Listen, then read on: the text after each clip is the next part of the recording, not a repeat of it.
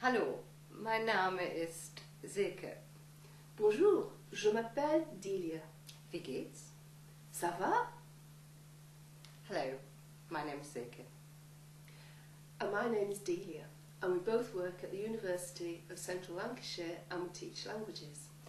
And we want to talk to you today about two things really. One is what is good about learning languages, why do people want to learn languages, and secondly we want to give you some tips, some ideas about how you could learn a language.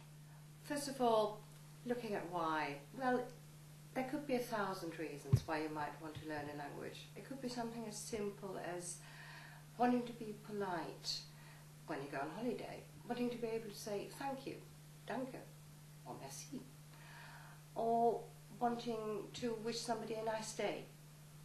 But it could be more than that. It could be that it would be important for your work if you could speak a language.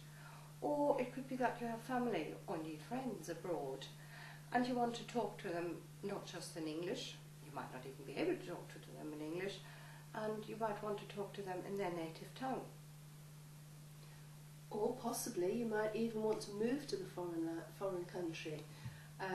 Perhaps you want to retire there, or perhaps you want to take a job up in another country, and so therefore you need to learn a little bit of the language.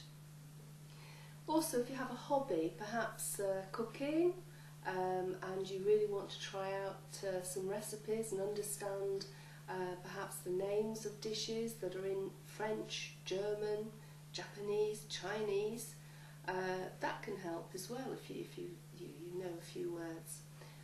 If you're interested in, let's say, Japanese comics, manga, if you know some basic Japanese, it will help you understand what they're saying. It will probably also help you understand a little bit about the culture as well. A lot of people go abroad now to support their football teams, and obviously if you can say a few words in the foreign language to help you, great. Why not?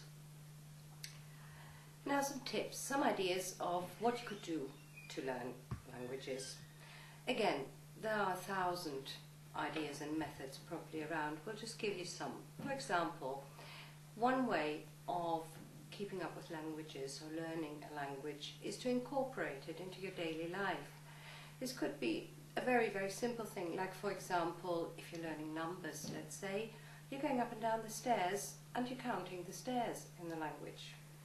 Or post-its, put them around the house, on the bathroom mirror, on the fridge. If you're learning particular words, or let's say a more difficult language in terms of characters like Chinese or Japanese, why not copy those and put them in areas where you can see them again to help you.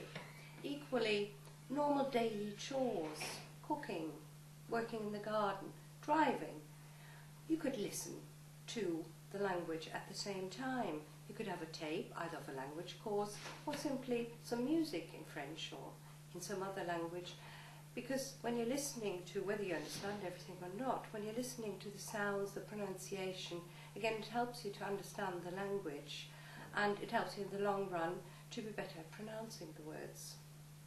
Don't forget, we all, when we learned our first language, we didn't all start speaking first. You listened for about 2 years before you started to say something. So that helps with language learning as well when you're learning as an adult. Another thing you could do, when you're making a shopping list, make it in the foreign language. At first it might be quite difficult and you may have to use a dictionary, but most people tend to buy the same sort of things every week. So very quickly you should be able to know instinctively those words for products that you'll be buying. And when you do go abroad, you'll be used to it, and you will be able to go to the market and ask for those things without really looking at your dictionary. Or think about foreign magazines.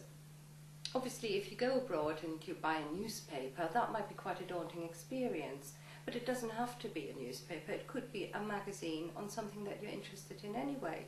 Let's say sports or fashion or cars, indeed. If you're looking at something where you already have a knowledge, you already have an interest, then it makes it much easier to understand the articles that you will see within such a magazine. Another idea would be DVDs, foreign language films. On DVD, you always have the option of switching to the original language and then putting English subtitles, for example. So again, you would get used to pronunciation. You may not understand everything, but that's why you have the subtitles. And again, you get used to the sounds, you get used to hearing different accents, different dialects even within the sounds within a language. And it doesn't have to be a whole film. TV adverts are very good as well. YouTube now, you can find TV adverts from all over the world. Music from all over the world. If you like the sound of a song, why not try to understand what the lyrics are all about? Okay, you'll probably need a dictionary again, but very, very soon you should be able to get a gist of what the song is about. Websites generally are also very, very good. You have some websites that are actually designed to teach you a language, but also you have websites about countries, about particularly cities. Berlin, for instance, superb place to look up and find out where places of interest that you might like to visit, etc. So websites in general are very, very good. And again, to come back to the magazines, of course there are online magazines as well available, so you don't have to buy a foreign magazine, you could go about it via websites. Another thing that you could obviously do is to take a language course. Language courses are available at further education colleges, but also private schools, and of course at universities such as ours. And one of the advantages of taking a language course, of course, is that you're not on your own. You're not learning in isolation, but there are others there with the same interests, and you can help one another and challenge one another also to do things together and to maybe practice together.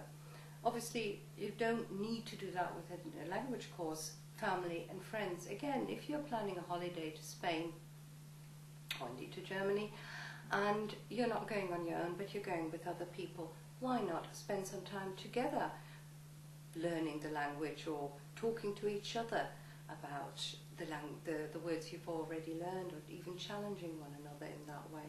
Also, don't always just think of beginners courses. There are of course refresher courses as well. Maybe you've done school French and you think possibly it's all gone, but it may well not be. And the minute you do a course again, you might be very surprised at how quickly vocabulary that you think has long been lost comes back, and that can be very rewarding as well. The secret is to do it little and often, not just think, oh well, 2 hours, I'm going to do 2 hours of really hard slog. I don't think you really understand and you don't retain it as well. It's much better to do something every single day, even if it's only for a few minutes. And as Silke said, involve the family as well, involve as many of your friends as possible to help you. But try to do something every day. Try to really make it part of your life. And above all, make it fun. Enjoy it. Good.